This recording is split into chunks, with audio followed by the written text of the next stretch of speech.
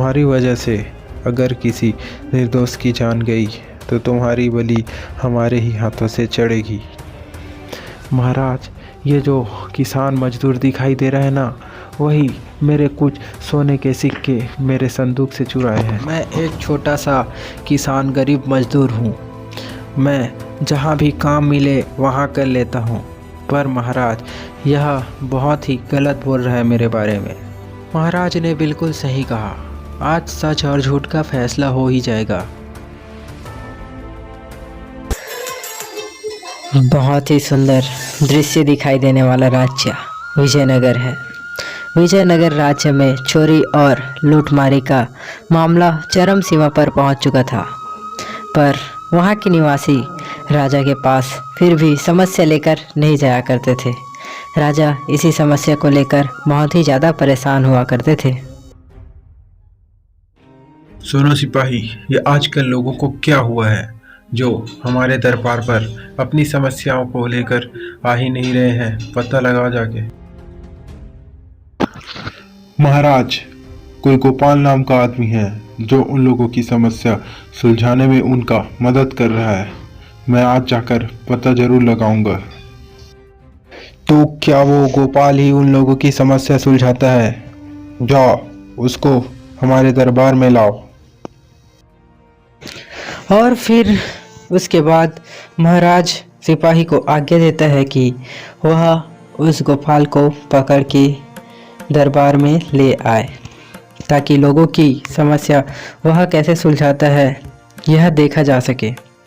और सैनिक ढूंढते ढूंढते एक गांव में पहुंच जाता है और वहां खड़ा होकर इधर उधर देखने लगता है ताकि किसी से पूछ सके। अरे भाई, सुनो तो जरा। अरे भाई, ये गोपाल कहाँ रहता है? सुना है वो लोगों की समस्या सुलझाता है। मुझे महाराज ने उसी की तलाश करने के लिए यहाँ भेजा है। क्या आप बता सकते हैं कि इस वक्त गोपाल कहाँ मिलेगा? मुझे महाराज ने उसे ढूंढने के लिए भेजा है। काफ़ी समय हो गया, मैं उसको ढूंढ नहीं पाया हूँ। बताइए ज़रा। अच्छा, तो आप गोपाल को ढूंढ रहे हो क्या? वो बेचारा तो बहुत अच्छा इंसान है। उनसे कोई गलती हुआ है क्या? वह तो गांव के लोगों को मदद करने की ओर हमेशा तत्पर रहता है। वह तो बहुत ही अच्छा इंसान है, पर आप उसे क्यों ढूंढ रहे हो, बताओ। अरे भैया, ऐसी कोई बात नहीं है। वो तो महाराज उनसे मिलना चाहते हैं। आप ज़्यादा चिंता ना कीजिए। बस हमको बताइए कि गोपाल अभी कहाँ मिलेंगे। हम उनको ढूंढने आए हैं। अगर वह मिल जाएगा तो हमें बहुत ही प्रशंसा मिलेगी दरबार में। अरे भैया, उतना तो मुझे भी नहीं पता, क्योंकि मैं तो अभी लकड़ी काटने गया था। क्योंकि अगर आज शुक्रवार है तो आज के दिन वह अपनी सभा एक पीपल के पेड़ के नीचे लगाता है, जो ठीक गांव के बीच में है। और फिर लकड़हारा के कहे अनुसार सिपाही गांव के बीचों बीच ढूंढने के लिए निकल पड़ता है। और वह जब गांव के बीच में पीपल के पेड़ पास पहुंचता है तो वह देखता है कि गांव के बीच में एक सभा आयोजित हुआ है, जहां बीच में खड़ा होकर कोई इंसान उन लोगों को सलाह दे रहा है और उसको भी वह सुनने लगता है। हमें ऐसा प्रतीत होता है ये गोपाल है। और फिर सिपाही सभा होने के बाद गोपाल को अपने साथ बुलाता है। मैं आपका ही इंतज़ार बहुत समय से कर रहा था। मानना पड़ेगा गोपाल जी, आप बहुत ही अक्लमंद हैं। महाराज ने मुझे आपको दरबार में ले जाने के लिए बुलाया है। पर सिपाही जी, मैं महल के दरबार पर क्यों जाऊंगा? मैंने तो कुछ ऐसा वैसा हरकत किया ही नहीं है, तो मुझे आप महल के दरबार पर ले जाने के लिए यहाँ क्यों आए हैं? गोपाल जी, आप सभा लगाते हैं ना इस छोटे से पीपल के पेड़ के नीचे, इसलिए सारे लोगों की समस्या तो सुलझ जाता है और दरबार कोई नहीं जाता है, इसलिए आपको बुलाया गया है। महाराज आपसे मिलना भी चाहते हैं। अच्छा, तो ये बात है। मैं सोच रहा था कहीं अनजाने में मुझसे कोई गलती तो नहीं हो गई है। मैं तो यही सोचकर खामखा चिंता में पड़ गया था अभी। नहीं नहीं, ऐसी कोई बात नहीं है। हमारे महाराज तो तुम्हारे समस्याओं के समाधान करने की तरीके को जानना चाहते हैं, इसलिए तुम्हें दरबार में बुला रहे हैं। हो सकता है खुश होकर तुम्हें कुछ इनाम दे दे। ऐसी बात है तो हमें यह मंजूर है कि महाराज हमें दरबार पर बुला रहे हैं। हम दरबार पर उपस्थित होने के लिए बिल्कुल तैयार हैं। आप महाराज से कह दीजिएगा कि हम कल ज़रूर उपस्थित होंगे उनके दरबार में और बताएंगे। और फिर गोपाल महल जाने के लिए तैयार हो जाता है। गोपाल का पहला दिन बहुत ही अच्छा होता है। महाराज, गांव में लोगों की समस्या का समाधान करने वाला गोपाल यही है जिसे आपने बुलवाया था। यह अपने चतुराइयों से लोगों की समस्या का समाधान किया करता है। मैंने यह अपने आँखों से देखा है। लो, आप इससे बात कर लो। अच्छा, तो तुम गोपाल हो। काफ़ी प्रशंसा सुनी है तुम्हारे बारे में कि तुम्हारी बुद्धि काफ़ी तेज है, जिसकी वजह से तुम आज तक कभी भी किसी बेगुनाह को सज़ा नहीं होने दिया है। और इसी काबिलियत को देखकर लोग तुम्हारे प्रति अपनी इच्छा जागरूक करते हैं, जिसकी वजह से हमारा दरबार काफ़ी समय से सूना रहने लगा है। हम भी तो देखें कि तुम लोगों की समस्याओं को कैसे सुलझाते हो। और उन उलझनों पर याद रखना, तुम्हारी वजह से अगर किसी निर्दोष की जान गई तो तुम्हारी बलि हमारे ही हाथों से चढ़ेगी। महाराज, आपने लोगों की मुंह से बहुत ही सही बात सुना है। मैं ही लोगों का फैसला करता हूँ और सच और झूठ का पता लगाता हूँ। पर यह क्या मतलब हुआ कि आप मेरे गलत जवाब देने पर आप मेरी बलि चढ़ा देंगे?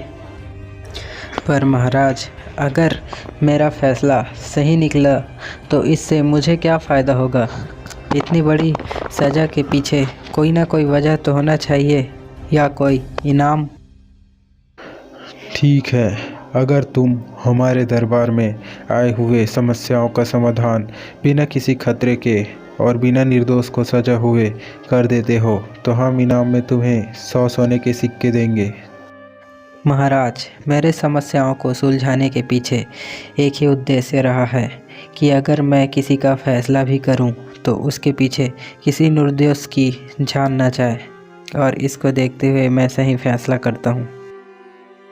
दरबार में आया समस्या और गोपाल को फिर से मिला एक नया मौका।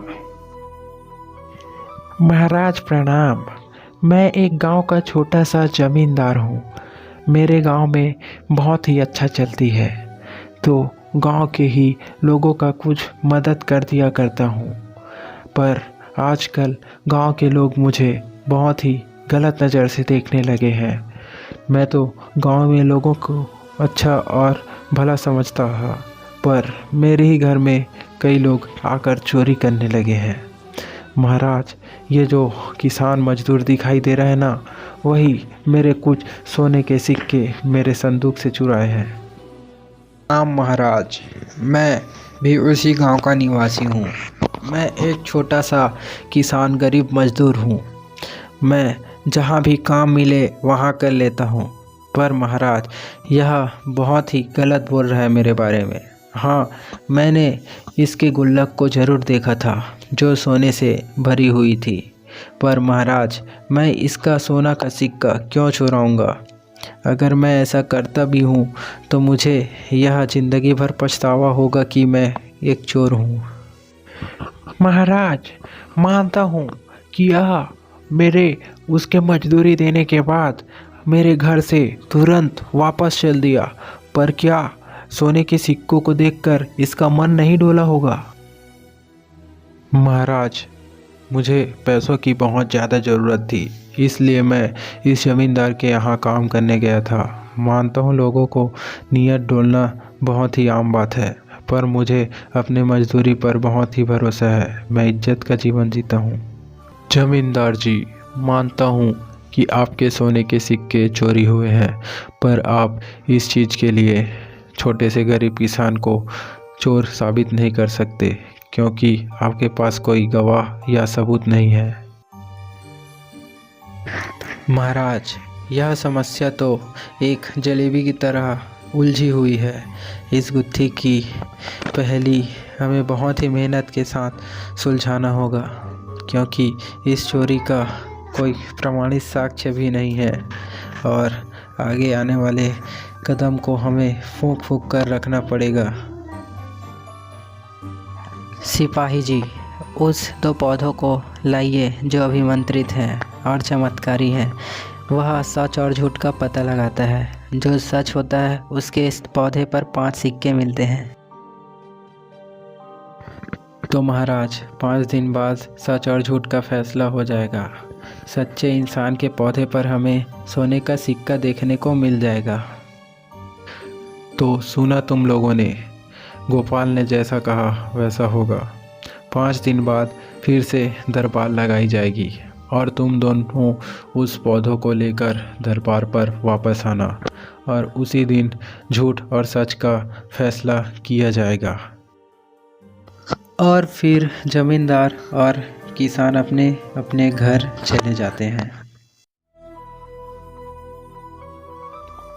ओहो, मेरी तो मती मारी गई थी, जो उस गरीब मजदूर को बहुत ही बुरे हालत में देखकर उसे अपने घर में काम दिलाने के लिए मान गई थी। मुझे क्या पता था कि वो एक बहुत बड़ी चोर निकलेगा। अगर ऐसा पता होता तो मैं उसे धक्के मारकर घर से बाहर निकाल देता। मेरा सारा सोना चुरा कर ले गया कलमुआ कहीं का। हाँ पत्नी जी, हाँ, मैंने भी उस पर बहुत ज़्यादा भरोसा किया था। देखा भरोसा करने का नतीजा, वो भूख से तड़प रहा था, इसलिए मैंने उसे काम पर रख लिया। पर वो कलमुआ कहीं का हमारा सारा सोना लेकर भाग गया। देखना, जब हम फैसला जीत जाएंगे तो हमें सारा सोना मिल जाएगा और उसको सज़ा मिल जाएगा। अगर भगवान है तो ऐसा सच में होगा, उसको सज़ा ज़रूर मिलेगी, देख लेना। पता नहीं हम फैसला जीतेंगे या नहीं, पर अगर हार गए ना तो मैं उसे अपना असली रूप दिखा दूंगी। देख लेना उसके घर जाकर। अरे हाँ भगवान, हाँ, देख लेना, यह फैसला तो हम लोग ही जीतेंगे और ज़रूर जीतेंगे। उस गरीब मजदूर को सज़ा होनी ही चाहिए। और फिर थोड़ी देर बाद रात हो जाती है और सब लोग 5 दिन बाद फिर से दरबार पर हाजिर होते हैं और सच का फैसला होता है। तो तारीख़ फैसला का दिन आ चुका है। आज पता चल ही जाएगा कि किसने चोरी की है उन दोनों पौधों की मदद से। तो सच पता लगाने का प्रक्रिया चालू किया जाए। महाराज ने बिल्कुल सही कहा, आज सच और झूठ का फैसला हो ही जाएगा। सिपाही जी, जाओ उन पौधों को पता करो कि किसके पौधे में सोने के सिक्के आए हैं। और फिर गोपाल के कहे अनुसार सिपाही उन दोनों पौधों को उखाड़ने के लिए सबके सामने आता है और अपने दोनों हाथों से एक एक पौधों को उखाड़ देता है। ये सोने के सिक्के वाला पौधा तो जमींदार का है, मतलब चोर कमबख्त मजदूर है। उसको इस बात की सज़ा तो मिलेगी ही, बराबर मिलेगी। मुझे तो पहले से ही शक था जब उसने कहा था कि उसे पैसों की बहुत ही सख्त ज़रूरत थी। महाराज, चोर मजदूर नहीं, खुद ज़मींदार है। जब हम लोग चुपके से इनके घरों के पीछे नज़रें रखते थे तो हमने देखा कि ज़मींदार अपने खुद के पौधे पर सोने के सिक्के डाल रहे थे, क्योंकि उसको पता चल गया था कि कोई मामूली सा पेड़ अगर सोने का सिक्का देता तो वह बहुत ही अमीर हो जाता, और वही गरीब मजदूर किसान बहुत ही बेफिक्र सोया हुआ था, क्योंकि उसे अपने ईमानदारी पर पूरा भरोसा था। और अगर चोरी उसी ने किया होता तो वह दूसरी बार चोरी करने के लिए ज़रूर अपने घर से बाहर निकलता। गुत्थी इस तरह से उलझेगी किसी को पता नहीं था और इस तरह सच सबके सामने आता है। वाह गोपाल वाह, मैं भी तुम्हारे समझदारी की किस्से सुने थे, आज देख भी लिया कि तुमने बहुत ही समझदारी से अपना काम किया। पर मुझे यह समझ नहीं आया कि इस जमींदार ने ऐसा किया ही क्यों। महाराज, यह गुत्थी महल आने से पहले मेरे पास आई थी, इसलिए मैं इस गुत्थी को सुलझाने के लिए पहले ही कार्यरत हो चुका था और मुझे बहुत सी बातें सामने आई थी। सभा में सब लोग जमींदार के हाथ के कला को देखकर आश्चर्यचकित हो गए थे और पेड़ से उगा सिक्का को देख रहे थे। मैंने सोचा नहीं था कि यह गुत्थी इस तरह से मोड़ लेगी। पर हाँ, इस चीज़ का तो इसे सज़ा ज़रूर मिलेगा कि यह एक गरीब किसान को बहुत बड़ी अंधकार में ढकेल दी। महाराज, जैसे कि मैंने बताया कि यह काम मैं बहुत पहले से चालू कर दिया था।